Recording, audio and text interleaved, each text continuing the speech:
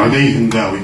Sir, you have mentioned that the main concentration in Basel III will be the common stocks and the paid-up capital, which was, before implementing Basel I and II, the main concern. But after implementing Basel I and II, they stopped to say paid-up capital. We are now talking about regulatory capital. Now, in implementing Basel III, we return back to zero, to paid-up capital. Although the statutory reserve and the voluntary reserve, it is easily capitalized. And it's a part of Tier 1 capital. Why the main concentration now on the paid-up capital? And my second concern, do you think that Central Bank of Jordan will lower the capital adequacy ratio? It's now 12% in Jordan, although in the world it's 8%. Thank you for the question. Regarding the second question, I'm currently out of the Central Bank for a while. Your point of view, do you think the assumption? No, I think they will. I think they will keep it this way because we still have so many risks not addressed under our regulations. Even with the introduction of Basel II, we still lack the coverage of, for example, the some kind of risks and even the operational risk. The measure for operational risk right now at our regulation is the basic indicator approach. The basic indicator approach actually is not a measure of operational risk. It's just an indicator. We don't have another indicator to use. I think the central bank will keep the ratio at 12%, but may strengthen the mechanism for measuring other risks. We are very strong in measuring credit risk,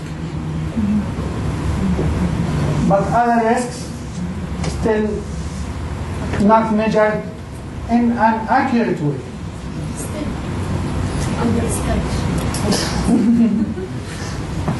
And regarding your second question, you bring us back to the reason why Basel I was introduced. Why Basel I was introduced? Because the US banks were in this competitive advantage with the Japanese banks. Japanese banks were doing well and making lots of profits with very minimal capital. So they introduced Basel I to solve this dilemma. The implementation shows a lot of drawbacks of Basel I. The major drawback was that Basel I is designed as one size fits all. So if you're a big bank, you have to apply these risk weights. If you are a small bank, you have to apply these risk weights. Even in Basel II, the definition of capital remains the same. The definition of capital under Basel II remains the same as it was in Basel I. So no change. And when we are saying common equity, we take into account the stationary reserves, the legal reserve. These kind of reserves are, in most cases, part of common equity. We're talking about hybrid instruments. We're talking about hybrid instruments, like subordinated loans, like preferred stocks. These instruments are issued with optionality.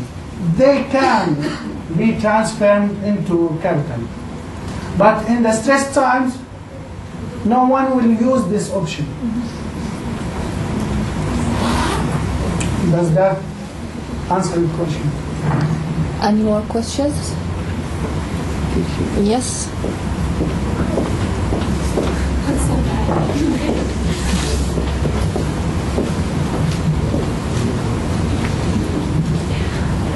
Thank you for the lecture. My name is Sandy. I work in microfinance sector. As far as you know, it's not regulated in Jordan, so we do shadow banking. But don't you think that Basel III is very conservative and it's going to affect the cost of fund that is already high in Jordan in the banking sector?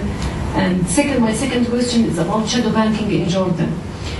Our central bank is very conservative, so the economic crisis did not hit us as other countries surrounding us.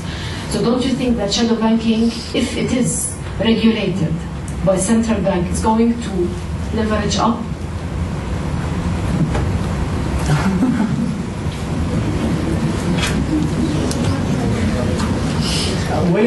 Will Basel III make the cost of funding raise? It's very conservative.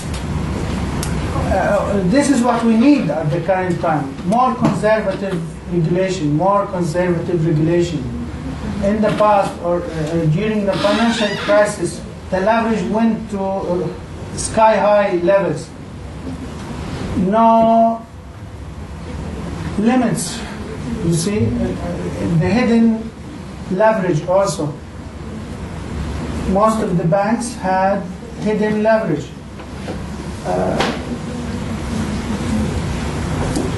I have to explain, for example, what happened in securitization because of securitization. You know, in securitization we have one component is the credit enhancement, which is like guarantees. So if you are going to securitize a loan portfolio of around 500 million, you need to have a credit enhancement, a guarantee for default. In case of default, someone has to pay. Let's say Citibank was securitizing this kind of portfolio. But the marketing for the credit enhancement was done by another department. In most instances, Citibank ended up buying part of the credit enhancement issued to guarantee or to enhance the portfolio it has securitized. So it was like guaranteeing itself. This increased the leverage in a bad way. So if you wanted to aggregate your exposure across the regions, if you are a giant institution like Citi or like HSBC, and you want to aggregate the exposure you have in one region for one customer, for one sector, you could not do so because of the hidden leverage. So we need to maintain the conservatism at this time. Conservatism is what has saved our economy. If we are more aggressive in risk-taking, the crisis could have hit our economy. We have in place a regulation which was put back in 2000, a circular 179 كان مذكرة رقمها 179 على 2000. This circular imposes limits in the investments of banks for their foreign currencies. This has saved our banks from buying into the high risk derivatives or securitized instruments. So the conservatism, who said it's bad? It's good.